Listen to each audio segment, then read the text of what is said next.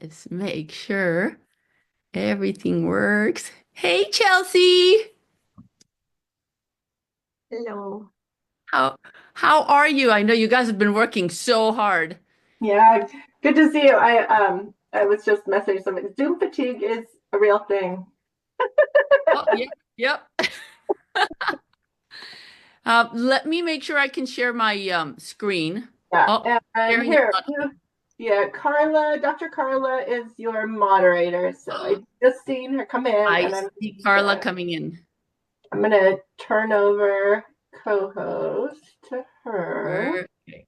Hey, Carla. Oh, I want to be on that beach. Yeah, me too. Holy, you get to be in it virtually, which is the next best thing, I suppose. Yes. Let me, oh, yep, it looks like I can share my screen. Can you guys see it? Yes. Beautiful. We definitely want to do that. And I'm gonna, Dr. Vanera, do you need me to introduce you? Would you like me to introduce you? Read your bio? Is there anything specifically you'd like me to do? Or um, introduce maybe yourself? just by name. I'll talk a little bit about what we do, so don't worry about it too much. But thank you Okay, for asking. sure. Let's make I'll sure just we. let you start the session. I will give you a 5-minute warning. Fantastic. How would you like that? Would you like that verbally, or would you like me to put it in the chat to a direct message to you? So how about you put it in the chat, and if I miss it, then verbally. Okay. And I'm gonna try to keep my time here, but you know how you get really involved and then you Oh, yeah, forget to check. So absolutely. it has happened to me before. I have to tell you, the conference is going amazing. You guys do such a great job. Oh, I cannot take any credit. I'm just helping out with the moderation this Well, year. that's big help because I think there's nothing worse than people going over their time and then stealing it from the next person. So, and I'm excited because it's the first time I'm presenting with my sister and co-creator of this OER. Oh, that's wonderful. We have a couple other conferences coming up, but this one's the first one. So, we're gonna try it out, see how that goes. I was wondering, I was looking at them, I was like, they both have at least one part of their last name in their names. So Indeed, indeed, we do. Yeah, yeah. Uh, we grew up, we used to do everything together, and we still do. that's awesome. I can't ask for anything better in life. No. Yeah, and I truly, when I started writing this OER, I needed some help because it needed to come out quick. And Mm. since she has a psychology background, I'm like, oh, how about you do like all the mental health stuff? And they're like, ooh, how about you do this and that? And now we got this very cool OER. That's great. Yeah, I agree. And I see that there's a lot of people from nursing attending the conference, so I think they're going to enjoy this too. Well, I'm looking forward to it. So I was happy when that slot was still open. I was like, ooh, I'll take it. And do you know if I know these are getting recorded. Do you know if they're going to share all these with us? Um, Yes. Yeah, I'm gonna let you please. fun to I have. will. Yes. They are Okay. all a mess in a folder as soon as I figure out what's going on and yes, I will let Yeah. Oh, everyone know. yay. I'm happy because there's a couple I really wanted to see, but I missed today. And so I would love to go back and see what they were about. So that's going to be super helpful. How exciting. And then I didn't know your keynote speaker for day one is like one of my favorite people. I mean, it didn't like register until he started talking about his book. I'm like, wait, I love that book. And so I was gushing, I was writing him little messages. I don't think he got to read any of them though. It's a little embarrassing. But yeah, life-changing books, life-changing work that he's doing. So good job getting him.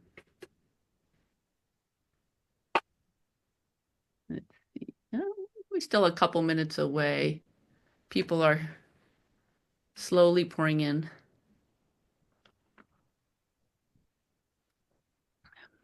Are you guys going through like the cold wave in Arizona like we're doing here in no.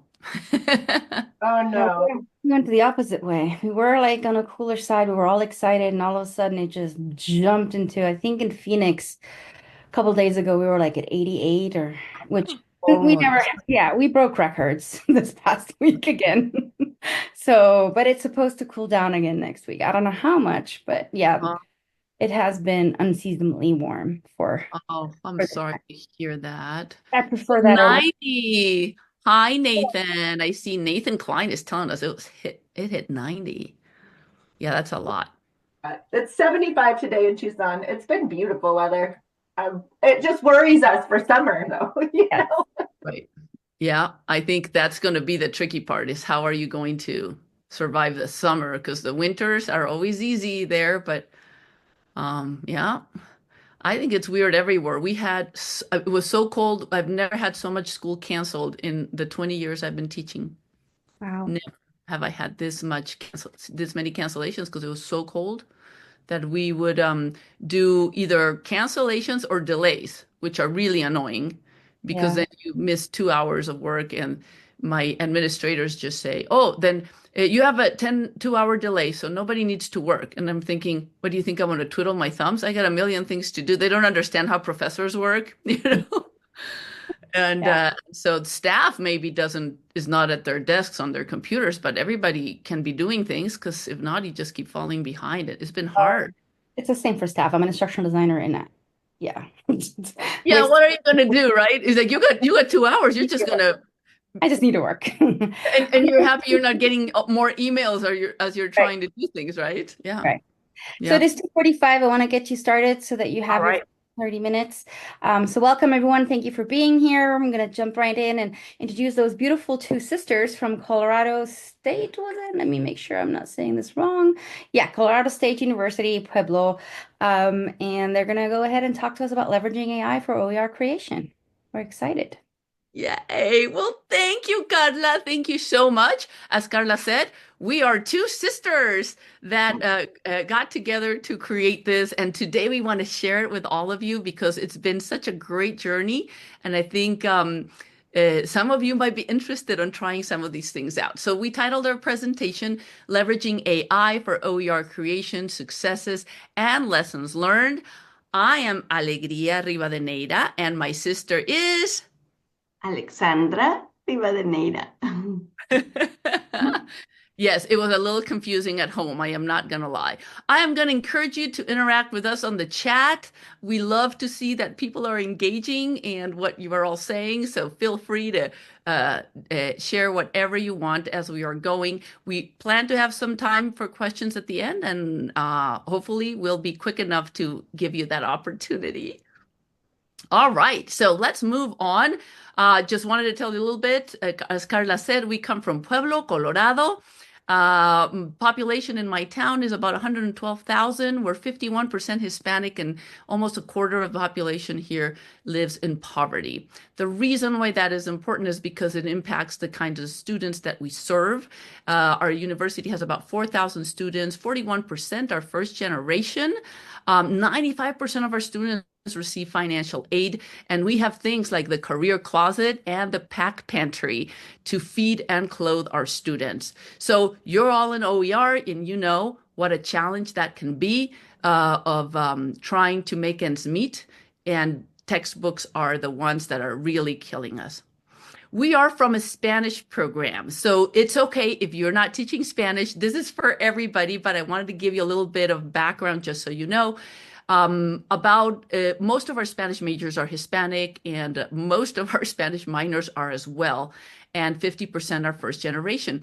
And we get a very interesting type of student in our classes because we get a mix. We get students who are second language learners, so Spanish is not the home language at all, and they're starting from scratch. Then we get heritage language learners like Daisy and Eddie who learned it at home, one more than the other, but the point is our students come in very different levels of language as well as preparation.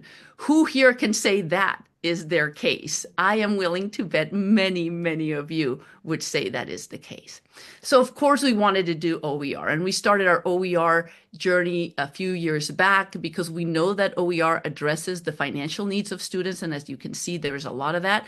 But we also know that OER, when we write it, can address their lived experiences and focus on the pedagogical and effective needs that they have so they can succeed in their learning. So that's what we've been trying to do here at CSU Pueblo in my program.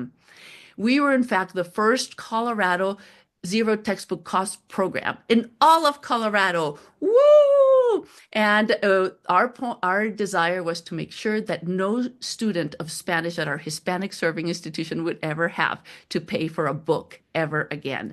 And we have achieved that. This is our website. And if you take a peek, you can see that we have all these beautiful, beautiful OER. And not only have we written them, as you can see here, but our students also do some open educational practices and have done some great stuff. So this is the link. If anybody needs anything for Spanish 101 or Spanish 102 or Spanish for Heritage Speakers, this is your spot, csupworldlanguages.org. But the book we're going to talk about today is Vida Sana, because this is the first book where we have leveraged AI to do it. And I can't wait to tell you more about it. So I'm just curious, and I want to hear from all of you. So we're going to play Zoom Avalanche. And in your Zoom Avalanche, don't press send yet. I'm going to ask you, where are you on your AI-driven practices? And so you can type all in, apprehensive, or nope. And when I say go, I want everybody to hit the return button, and I will get to see everybody's answers at once. So start typing and tell us, where are you on your AI-driven practices? All in, apprehensive, or nope, not there, maybe not yet or ever. All right, I hope you all have typed your answers. And now please hit send. Let's see what we get. Whoa, that's a beautiful avalanche. Ooh, we have some all-ins. We have some apprehensives. Of course, of course, of course. This is going to happen. Oh, thank you. I love it. So we have a little bit of everything, and that is natural. I don't see any nopes, so that gives me hope. That's probably because you're an OER and you are really trying to leverage any tools in order to make sure that we can do an amazing job for our beautiful students. So here is where we are on AI-driven practices. With the advent of AI, we believe our ability to provide differentiation, motivation, and content to students has been dramatically altered. And we now have a tool that can help us provide different types of inspiration, input level, output level, feedback, process, and more. So we didn't come to this conclusion lightly because, as you know, AI has the good, the bad, and the ugly. So let's talk about that a little bit. I know that. I know there's ethical dilemmas. I know that there are issues. But ultimately, what we want to do is we want to uphold our duty to prepare our students for the future and help them become lifelong learners who can use all tools at their disposal in an ethical and responsible way. So that's the goal. But let me tell you, as we are talking about the ugly, I was trying to find that ugly robot, and I said, create a drawing of a bad robot. And then I said, now make it really ugly and horrifying. And Copilot told me, Content wasn't generated because your prompt includes wording that may be in violation of the designer code of conduct. And that reminded me of one of the ugly sides. So let's talk a little bit about this so you know I'm not coming into this blindly, and neither is my sister. So we know, most of us now know, that AI has been trained in part through the exploitation of precarious workers in the global south. They are the ones pulling all the ugly images, so we don't get to see them. And they get paid very little and have very little mental health support. So this is an issue that we will have to address as this grows. AI does not respect the individual rights of authors and artists and ignores concerns over copyright and intellectual property. So that's an issue. And it also reflects bias, and it can be unreliable. And you probably see it. It hallucinates. We also know that it can threaten privacy and data security. So that's a very good concern to have. And it gives people a false sense of expertise. Have you noticed? Have you noticed how that happens? So that's where we are. Now, we also know, or maybe some of you don't know this, but I will share this PowerPoint presentation and you'll be able to click on these links, how AI consumes a lot of electricity, and this consumption is growing as we use it more, and we don't even know where the power is going to come from.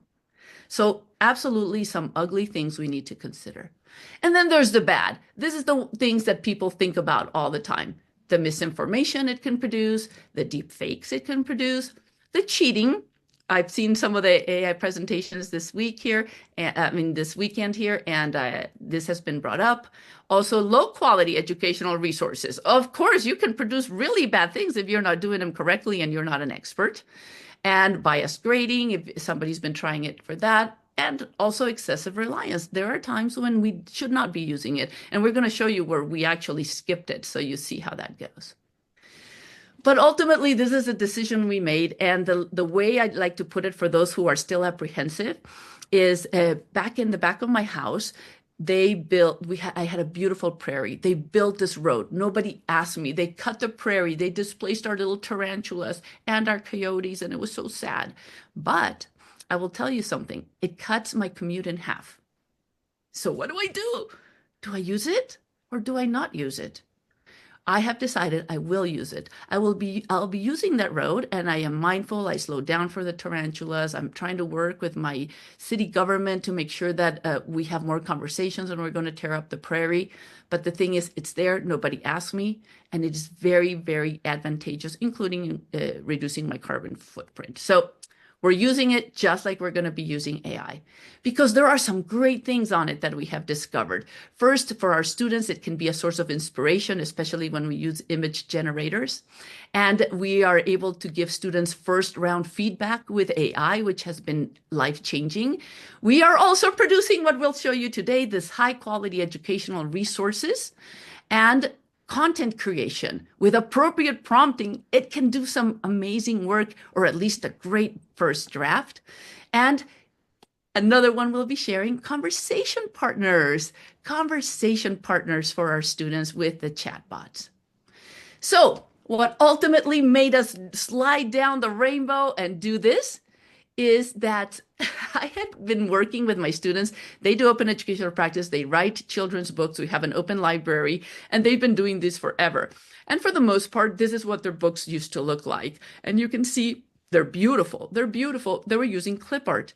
At times, this particular student actually did her own drawings, but as we know, not everybody can draw that beautifully. And so students were a little limited on their drawings for their books. And then one day, look at this. One of my students wanted to write a book about this dog that drives through all Latin America, and it's eating mate in Argentina and cuy in Ecuador, and then dancing and doing all these great things. Where do you find this stuff for that? Well, I couldn't believe what I saw. He goes back and he shows his roommates. And now his roommates are also doing the books. Then they come to class and they show it to the other students. And one of the students who had done this one, and I'm so glad I took the picture before it happened, then went ahead and did this one. They were staying up all night working with this because they were so excited. Have you ever had an assignment that is so exciting to your students that they stay up all night, not because they were late? In fact, the assignment wasn't even due for another week, but they're so excited that they did it. So I thought, we really need to be doing more of this. And then, of course, we came across this book that I absolutely love. And this is what really sealed the deal for us. We decided we're all in. We are doing this. We have to learn this for our students and for our OER writing. So the course that we produced this for is for a Spanish for health professions course. It's a tricky course. You probably have tricky courses like this. The beginner certificate has beginner students and then they take the Spanish 205. The advanced certificate has to start with a 205, but the students already speak a lot of Spanish and they take the upper level classes. There's no book like that. It doesn't exist. Also, each of the students is looking at a different health profession. Some want to be dentists, other psychologists, other nurses. And there is no book that exists to tailor that content and that level. And this was our mission. The course is called now Spanish for Health Professions, is at an intermediate level, but it has to be able to morph to what the students need it to be. While the objectives are the same: communication, cultures, connections, and improving linguistic proficiency, each student is going to be doing it at a different level. So this was our mission. Our mission was to increase our students' oral and written proficiency through content-based instruction, provide differentiated instruction, so customized content depending what field they want to get into, provide differentiated instruction by level, whether they are beginners or advanced, and complete our OER in record time, because our other OERs have taken us about a year. I'm going to tell you how long this one took us. And then provide a resource, of course, that is free, easy to use, and available at all times. So here it is. I want to introduce you to our beautiful, beautiful book, which, oh, here it is.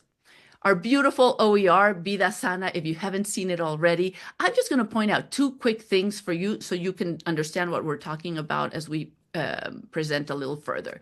So let's just look at a chapter, Interactions with Patients. And what you're going to see is first it starts with a drawing, our learning objectives, a little bit of thinking before we go into the readings. And then you have vocabulary so they can have some anchors for the reading, a very short reading, an easy short reading, and comprehension questions, a reflection, and then it repeats: vocabulary, reading, comprehension questions, reflection. But here's the cool part. Now is the second part. This is the part where the students get to interact with the artificial intelligence bots so they can create prompts to generate their own content, whether they're beginners or advanced. So we're going to talk a little bit more about this because this is where I think you are going to really enjoy this presentation. How are we doing? Give me some feedback. Are we good? Chat people. Okay, I'm not seeing anybody, at least. Oh, I see we got an applause. All right. Oh, I got a heart. Even better. Okay. It's so hard to present to a screen. What can I say? Link to textbook. Yes, I will share that with all of you for sure. You got it. And so a lot of my colleagues who don't understand a lot of things have gone like, oh, you wrote an OER with AI? That's cheating. Because they think we just wrote a prompt that said, write a 12th chapter book for Spanish for health professions, and nothing could be further from the truth. So here is a little breakdown on what each of us did. I came up with learning objectives, the chapter and reading topics, the proofreading, editing, fact-checking, and revisions, the pedagogical approach, because I'm the expert on language acquisition, the sequence, the prompts, the ideas of how to integrate AI for the student learning, projects, and the structure and layout. My sister, Dr. Alex, came up with topic ideas, learning objectives, prompts, and she was the most amazing proofreader, editing, fact checker, and revisionist. I don't know if that's the word. If anybody knows the better word, please throw it in the chat. And then Susana, who is our bot, helped us with chapter topic ideas, chapter images, first draft readings, differentiated content, etc. And Susana was created through ChatGPT and just programmed as her name being Susana and knowing who we are so she can talk to us directly. So I'm going to talk about, we have about 15 minutes if I'm not mistaken, Carlita. I hope so. So yes, fantastic. Gracias. And so content creation as authors. what we did is we created prompts to create images for each chapter. We also created prompts to create the short readings for each topic at an intermediate level using our guiding questions. We also edited the output and checked for accuracy. And interestingly, we tried to have ChatGPT pull out good vocabulary and good comprehension questions, and we found we were much better suited for that. So we did that part. And then we meticulously cataloged every single link. And let me actually show you that. Because when you look at the book, if you decide to do a book like ours, you want to know how to catalog your links. That is best practices, and you want to do it. So you would click on About This Book here. And then if you will read about it and how it was produced. It has all the disclaimers and our bios. But please notice links to prompts used in writing this book. So you have to capture every single link, and then you will be able to see what ChatGPT produced for us and how we changed it. So this is a very important part of a book if you are planning to do an AI leveraging book. All right. So moving forward, these are the chapter titles, and you can see we have things for health that are very general. So if you're a dentist or a podiatrist, you will be able to think about emergencies and first aid or diseases and medical conditions or parts of the body. They'll just put different parts of the body for the different professions. And then here is the cultural content, things like modesty and taboo, Hispanic family involvement. If any of you are Hispanic, you know everybody comes to the hospital with you and asks all the inappropriate questions. So these are the kinds of things that you will find in the book. And then here's the content creation. We used Adobe Firefly because that's the one that respects authors' copyright the best. And it did a great job besides, 3 arms every once in a while and things like that. And the content creation, here's where we would tell it things like write a 400 essay in Spanish at intermediate level using short sentences because we needed it to be very short. And we used our guiding questions. Of course, when it wrote it, like it did this one about Hispanics in the health field, I had to go back and check, for example, how many Hispanics, what is the population in the United States, or how many Hispanics are in the field of health, and go back and put Pew Research and things like that in there. That was a lot more reliable than the stuff that ChatGPT can make up. So it's not just like they write it and you put it up there. And then we are here for content creation for students. So Dr. Alex is going to take this part because she's the one teaching the class, so she can tell us about this. Yes, hello. Thank you, Dr. Alegría. So I'm coming from the side of the students. It's the second time that I taught this class in the summer first, and then now I'm teaching this class this spring. And this is actually where we were testing the book because it sounded very cool and perfect, but then it's like what's going to happen when real people have it? So the first trial was in the summer, and the second time around it's much better because we learned a lot of things that worked and didn't work, and that's where a lot of the revisions came. So first, it all starts with the differentiation. It starts with the fill in the blank prompts that we have. And I don't know if it went too fast when Dr. Alegría was showing it, but we had a different prompt for beginner students and a different prompt for advanced students. And then we have the filling the blanks, gave them the chance to choose the profession. That was mainly what the differentiation was here. And we have students from all kinds of health professions.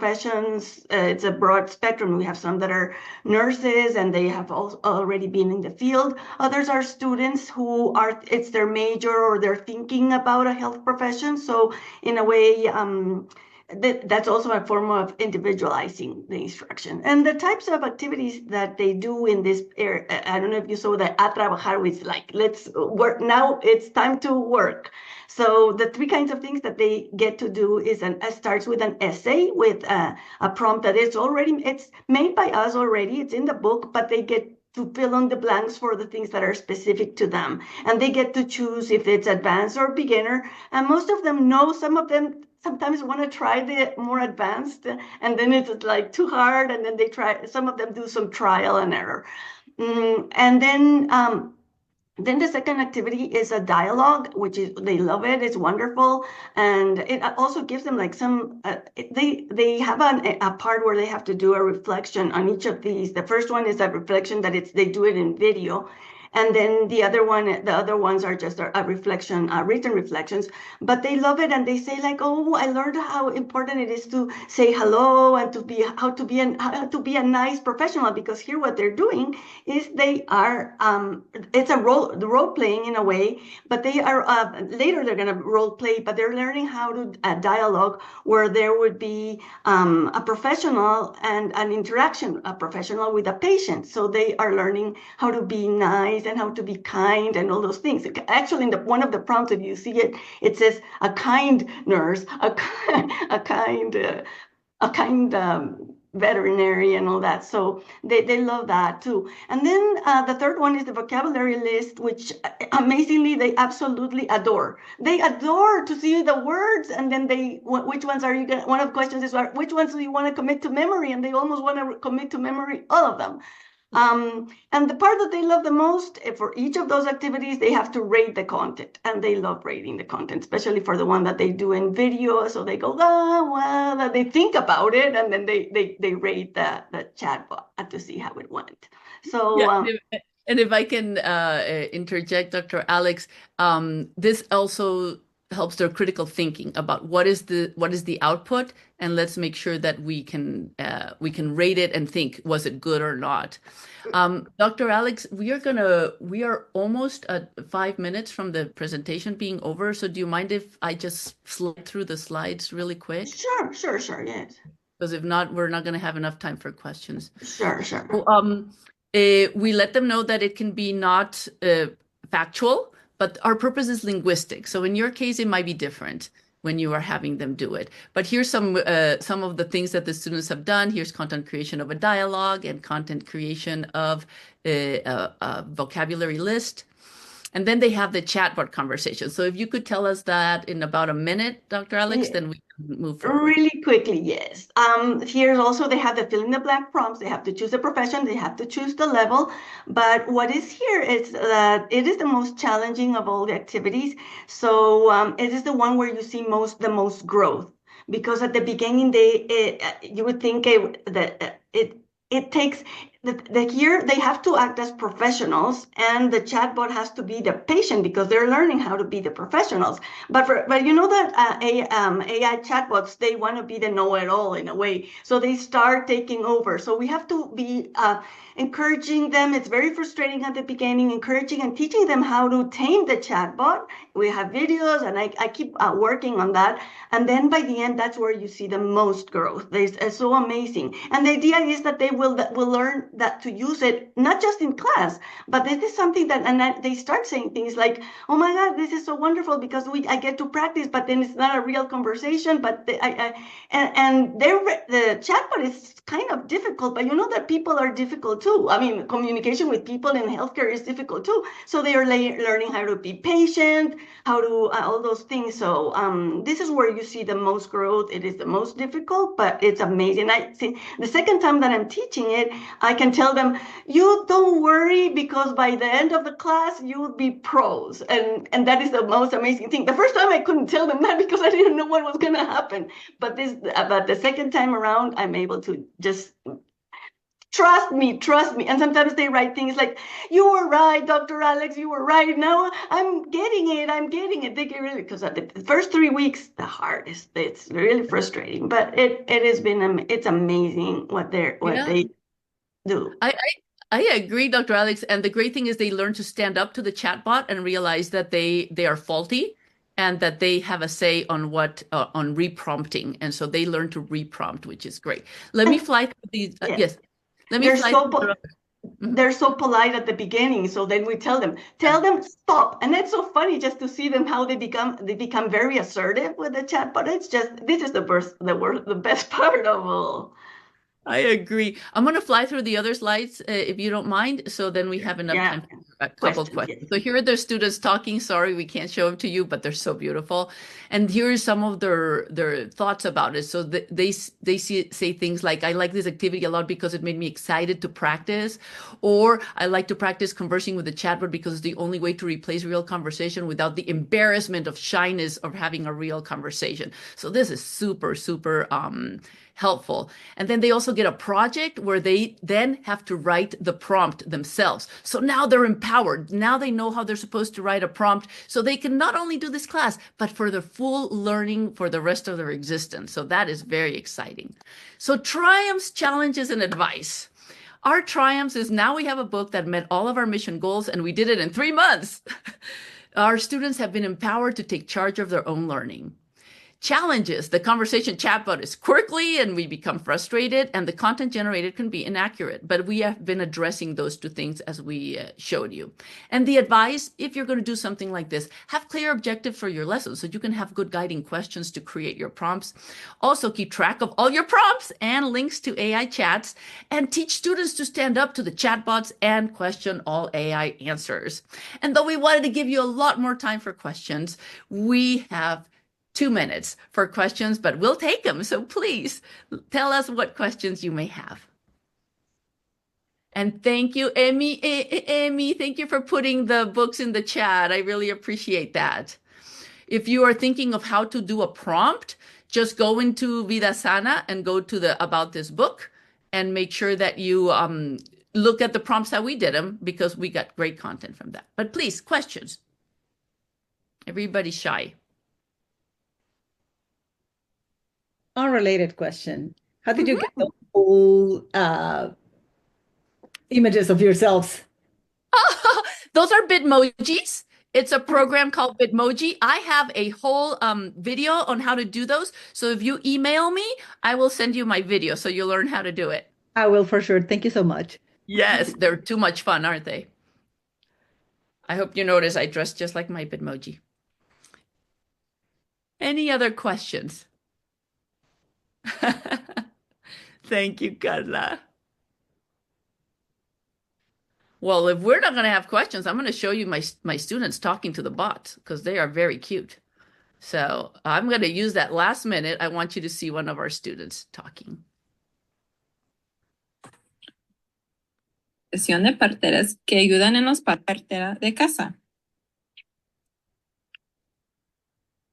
So she asked her, why did she decide to be a midwife? Decidí ser partera de casa porque creo en el poder del parto natural y en el derecho de las mujeres a elegir dónde y cómo dar a luz. Es una experiencia íntima y empoderadora para las familias. So you can see how much they are enjoying this conversations. Why do we do this? We do this because our students are worth it. Every single one of them. We will do anything for them. They deserve OER. They deserve material that can adapt to their learning and to their levels. And we are loving this journey. I hope you do it too. If you want to reach us, please do. We're in the program and we'll love to share more. Thank you so much. This was really wonderful. As a former language educator, I appreciate OERs. I worked on OERs myself, but now with AI, it does take only 3 months versus like years of creating it. Thank you so much. Thank you everyone for coming. This was a wonderful presentation. I hope you enjoy the rest of the conference. You have about 5 minutes, or maybe now 4, before you have to get to the next session. So thank you everyone, and enjoy the rest of the conference. All right.